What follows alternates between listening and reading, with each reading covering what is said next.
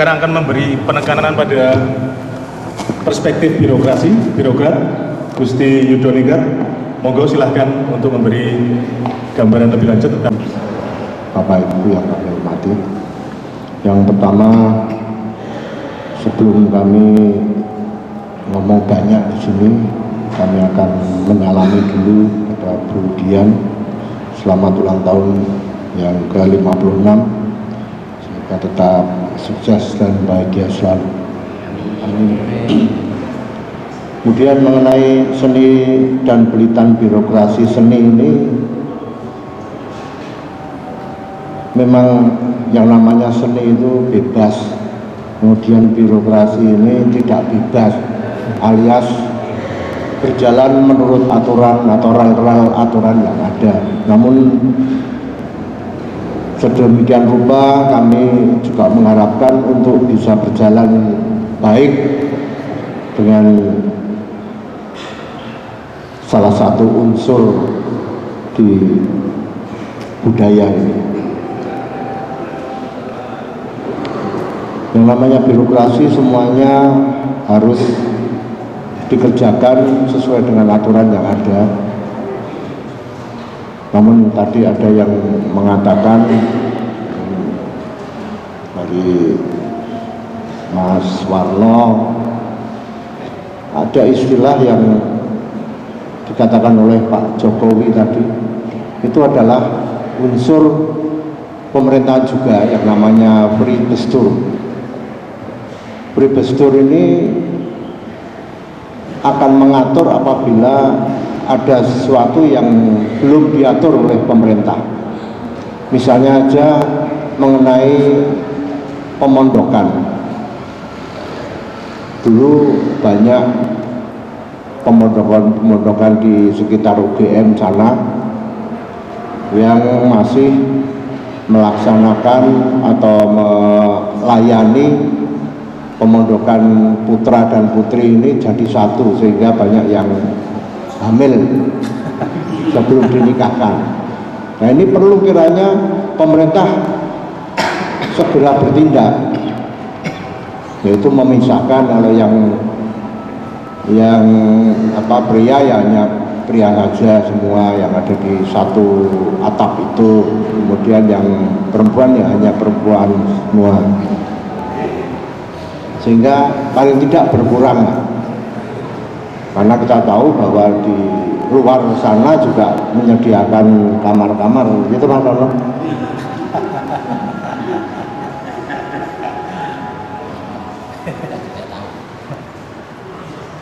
Jadi yang penting dari pihak kami selaku birokrasi, bahwa perlunya kesempatan, misalnya dari yang profesinya sebagai perupa atau pelukis atau pematung dan sebagainya,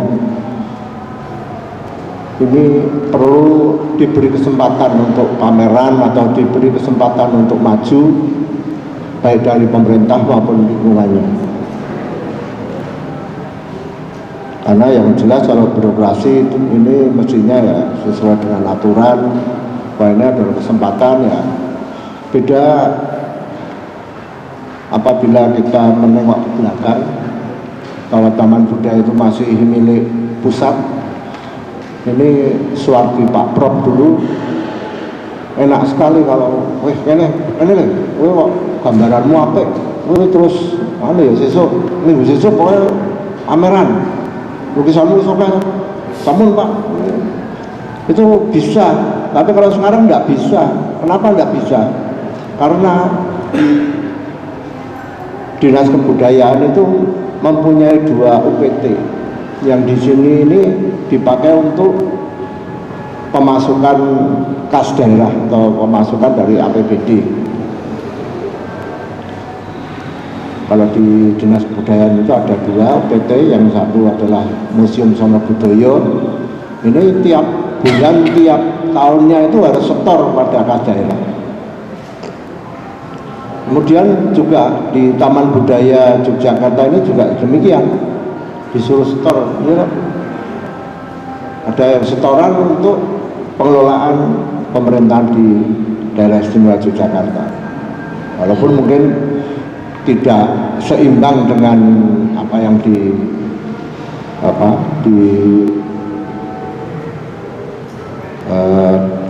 dihabiskan oleh Taman Budaya dan Sono Budoyo. Misalnya Taman Budaya itu 1 tahunnya hampir 1 miliar, tapi nanti pemasukannya ke APBD hanya sekitar 270-an juta.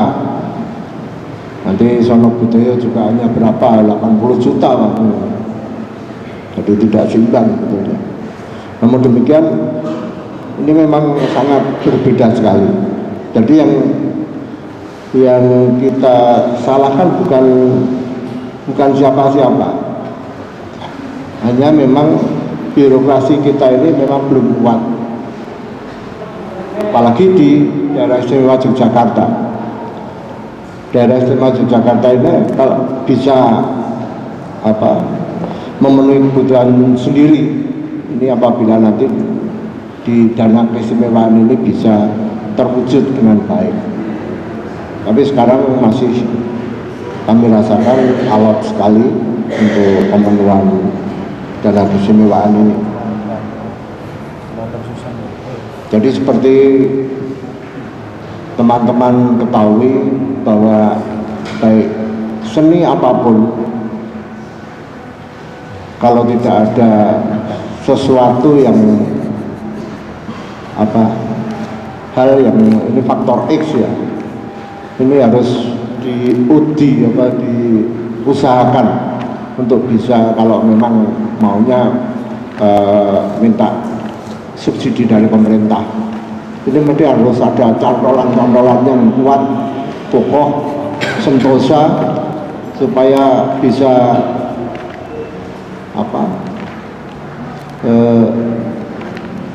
ada perhatian paling tidak pada dunia seni. Kami sudah begitu mungkin Budian yang lama di Taman Budaya, sehingga kalau waktu mau masuk ke dinas kebudayaan agak gagap ya, karena memang belum pernah dipindah. Tapi kalau saya dari Jawa Tengah dulu, dari provinsi dipindah ke Magelang, dipindah ke Jogja, dan mungkin Budian sama saya akan beda sekali, karena Budian masuk sudah sebagai sarjana, saya 2A, jadi lulusan SMA, jadi masih istilahnya dikon lubengke surat barang itu ya. Tapi kalau Budian sudah tidak, itu saya lakoni benar-benar. Dan juga memang kami berharap bahwa jiwa untuk berkarya itu, saya kira kalau dari bawah itu pengalamannya akan lebih banyak. Memang kalau sudah masuk di menengah itu, kalau suruh ke bawah sulit ya. Jadi kalau dari kita dari bawah ke atas itu kan lebih menghargai keadaan, situasi dan kondisi. Tapi ya memang berat, godaannya banyak, dan juga mungkin harus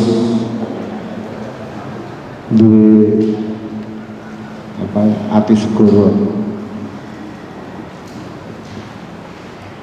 Jadi tadi yang dikatakan Budian, banyak hal yang memang begitulah yang namanya birokrasi. Jadi kalau TBY misalnya, TBY itu merotak lantainya dan sebagainya, ini memang harus ada aturan main yang nantinya akan membangun itu. Memang itu kalau saya sewaktu menggantikan Budian, meletak ya bukan uang meletak ya apa-apa. Nanti baru kita berembuk dengan pihak yang berkompeten di bidang itu. Jadi memang birokrasi itu gitu.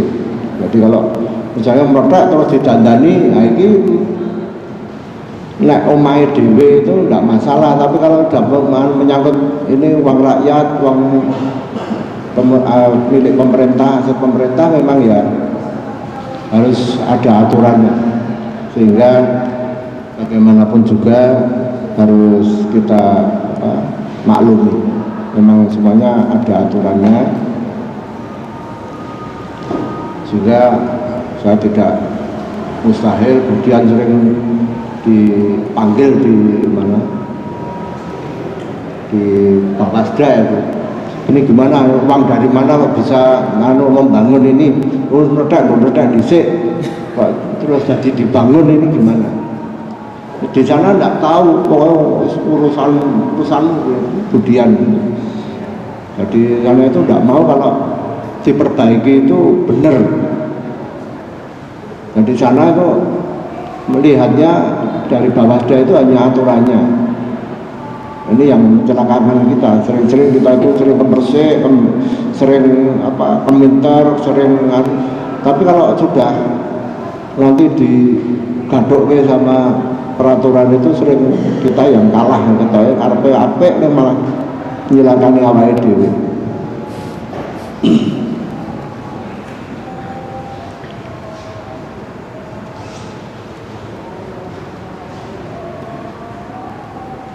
Kemudian kalau mau menggunakan dana pemerintah dari APBD, kita tidak bisa kok terus lobby sama saya, misalnya Mas Warno sama Mas Warno, Mas Warno pameran sama Yudho, iya kalau gitu saya harapannya ya harus bertanggung jawab, harus ada proposalnya, maunya bagaimana. Nanti kalau ada uangnya itu harus sesuai dengan aturan administrasi keuangan pemerintah, jangan terus seenaknya, nanti yang celaka malah yang melayani seperti kami ini. Dan kemudian untuk banyak sedikitnya uang yang bisa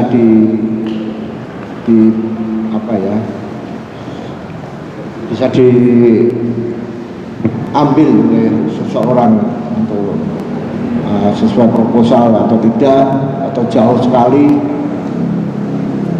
ini tadi tergantung faktor X tadi. Karena memang yang namanya hak budgeting itu ada di Dewan. Semuanya di sana dipolitisir, tidak ada lingsi, misalnya dengan adanya karena ulang tahunnya Budian, terus Budian membuat pameran sendiri, kemudian minta bantuan dari pemerintah, itu terus bisa dikatakan dengan jalan yang mulus gitu, tidak begitu saja, tapi harus patuh dulu di Dewan sana. Ini secara politis bagaimana, terus nah ini yang menyebalkan sebetulnya.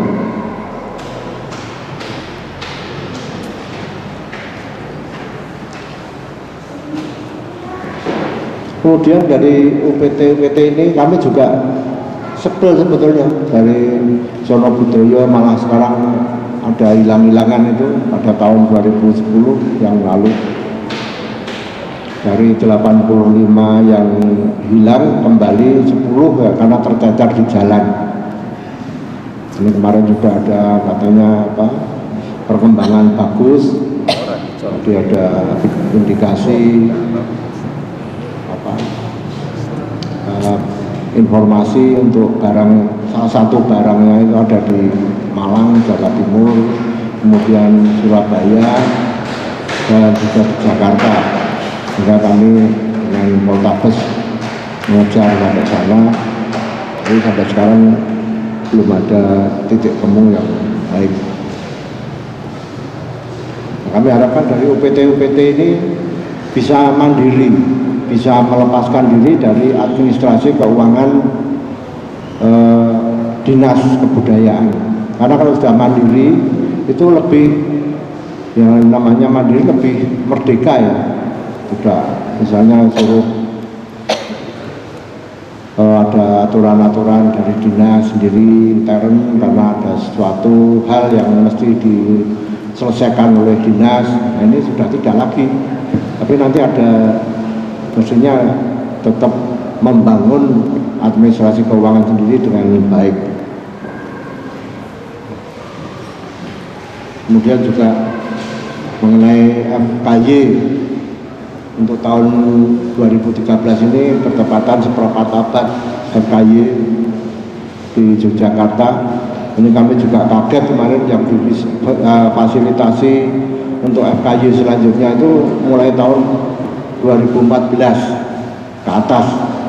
Nanti akan warna dan juga pengembangan FKY itu sampai di mana nanti pada tahun 2014 baru akan dimunculkan. Namun demikian untuk tahun 2013 ini seperempat abad FKY Yogyakarta ini kami hanya diberikan dana ya lumayan dibanding yang kemarin hanya 1 miliar untuk FKY seperempat abad ini, 25 tahun FKY di Yogyakarta. Jadi berapa itu? Jadi berapa dananya? Semiliar. Semiliar. Nah, mungkin ini dari APBD, mungkin kalau nanti ada dana keistimewaan yang sudah meluncur, karena memang dana keistimewaan ini akan meluncur 3 bulan untuk semester awal itu 160 miliar, namun sampai sekarang ini perdaisnya belum juga kelar, sehingga kami juga masih tanda tanya. Nah, ini beberapa hari khususnya di kebudayaan ini, karena kebudayaan ini akan mempengaruhi banyak SKPD yang lain yang berhubungan dengan kebudayaan, sehingga kami sangat berhati-hati untuk membuat perdais ini supaya semuanya bisa terangkum dengan baik dan benar, sehingga tidak ada protes-protes ataupun usulan-usulan yang mungkin akan menjadi samar kebudayaan di daerah istimewa Yogyakarta ini.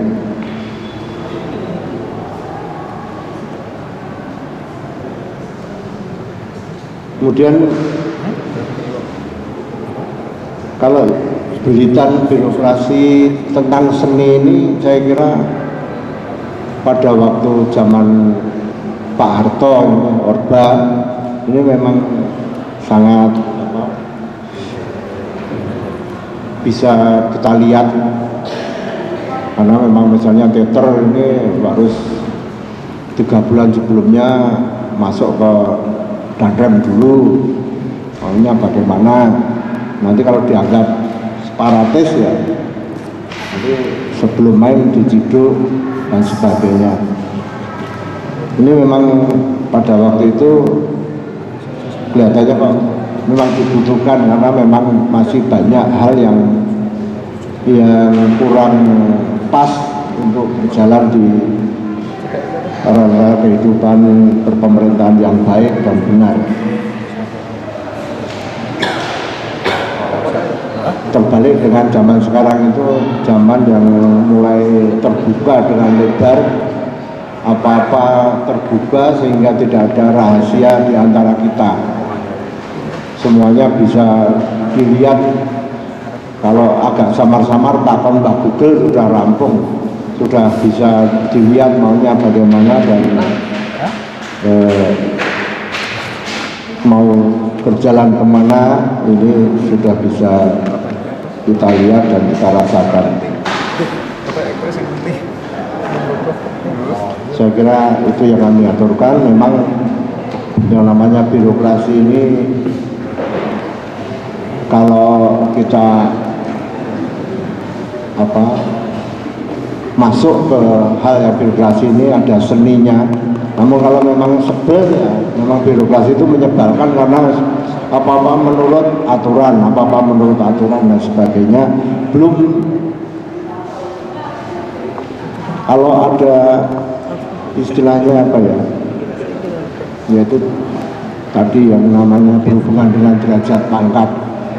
Dan memang kalau kita orang Jawa istilah derajat pangkat itu wae Gusti Allah, nek sandang pangan arep golek sandang arep golek pangan iki kewajibane menungso. Hingga di situ mungkin ada banyak golongan-golongan atau paguyuban pejabat yang mungkin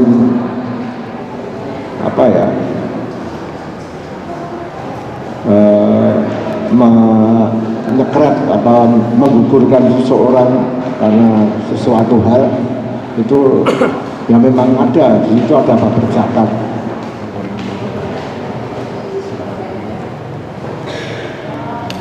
Hanya sekarang kalau memang calon pejabat itu berlaku positif, berlaku normatif sesuai dengan aturan yang ada, saya kira ya walaupun mungkin terhambat sedikit namun mesti akan sampai. Hanya sabar dan tawakal kita yang harus diajukan. Jadi tidak semua pegawai itu minta sebagai kepala dinas, atau tidak semua pegawai itu juga istilahnya bercita-cita sebagai gubernur dan sebagainya. Namun supaya selamat saja itu ya ada. Saya juga tidak bermimpi jadi kepala dinas atau apalah. Pokoknya saya karena anak birokrat, nah Arab dagang itu kok malah aing kalau orang Jawa. Nah, itu anak ratu, anak gubernur kok dagang. Ini sepertinya kok tidak pas ini. Jadi saya kalau lebih baik dari anak 22 orang ini yang masuk pegawai negeri hanya satu saya. Kelihatannya kok mau sebagai PNS saja dibanding harus berdagang. Berdagang itu mending ngapus gitu. Jane rada elek ning diapik-apik. Nek tak kejeglong harus dituku kok. Ini ya kami. Maaf Gusti. Nggih. Saya bisa tanya sedikit sebelum nanti kita kembalikan ke floor ya. Yeah. Sebetulnya ada nggak titik beda antara sistem birokrasi yang terjadi ketika memusat dengan birokrasi ketika otonomi daerah ya? Terutama di dinas budaya, kemudian sampai bahkan ke UPT di Taman Budaya, kira-kira ada nggak? Ya, bedanya apa ya? Yang namanya negara mawa tata, desa mawa cara. Ini kalau di tingkat pusat itu masih mawa tata, kemudian kalau sudah di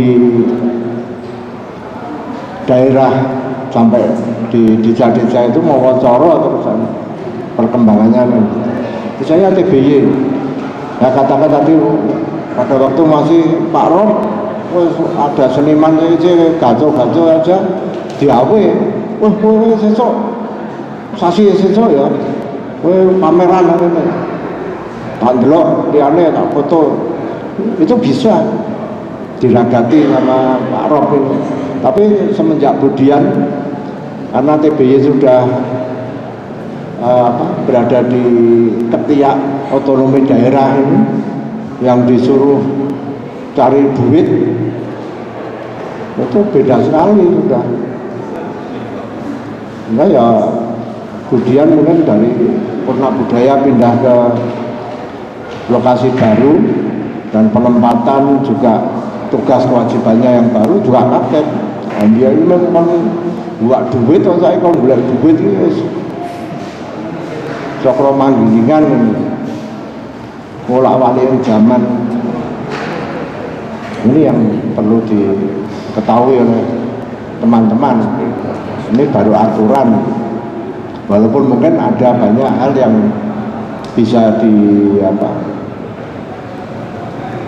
dirembuk, misalnya menyewa ruangan dan sebagainya. Ini kalau memang ada pengecualian itu bisa dibebaskan, hanya gitu aja. Tapi kalau untuk mendukung seniman yang pada awal-awalnya itu memang belum ada, belum bisa kita dukung secara maksimal. Kemudian juga perlu diketahui bahwa misalnya sebagai perupa yang ada di dunia itu, khususnya pelukis ini ada 33 orang yang memang betul-betul kaliber internasional. Kebetulan yang 10 orang ini ada di Jogja semua. Kebetulan di Indonesia ya 10 kaliber internasional, yang 10 orang ini berada di daerah Cuma Yogyakarta. Ini pemerintah belum bisa apa-apa, paling hanya memfasilitasi apabila ada teman-teman sendiri yang ada membuat gaung mereka itu bisa terangkat lagi. Ini perlu adanya kemapanan atau standar-standar pelayanan bagi birokrat untuk melayani seni khususnya. Jadi kalau kita laksanakan ya, misalnya ya, nah, jadi kalau pemerintah yang secara sederhana itu, yang pertama adalah mengenai keadilan. Jadi tidak ada saudara, tidak ada anak, tidak ada istri, tidak ada orang dekat, tidak ada kawula dan sebagainya, di depan hukum itu sama, itu adil. Kemudian bahwa pemerintahan itu dilaksanakan apabila ada seseorang yang berjasa itu diberi penghargaan, apabila keluar dari aturan mainnya itu diberi hukuman. Hanya gitu saja yang kami aturkan. Terima kasih. Terima kasih Gusti Yudo. Saya kira aplaus untuk ketiga pembicara ini. Dan saatnya kita bisa sharing, tukar pendapat, dan saya kira terbuka untuk siapapun untuk bisa merespon, entah bertanya, entah memberi lanjutan pendapat atau apapun. Silakan untuk ketiga narasumber ini.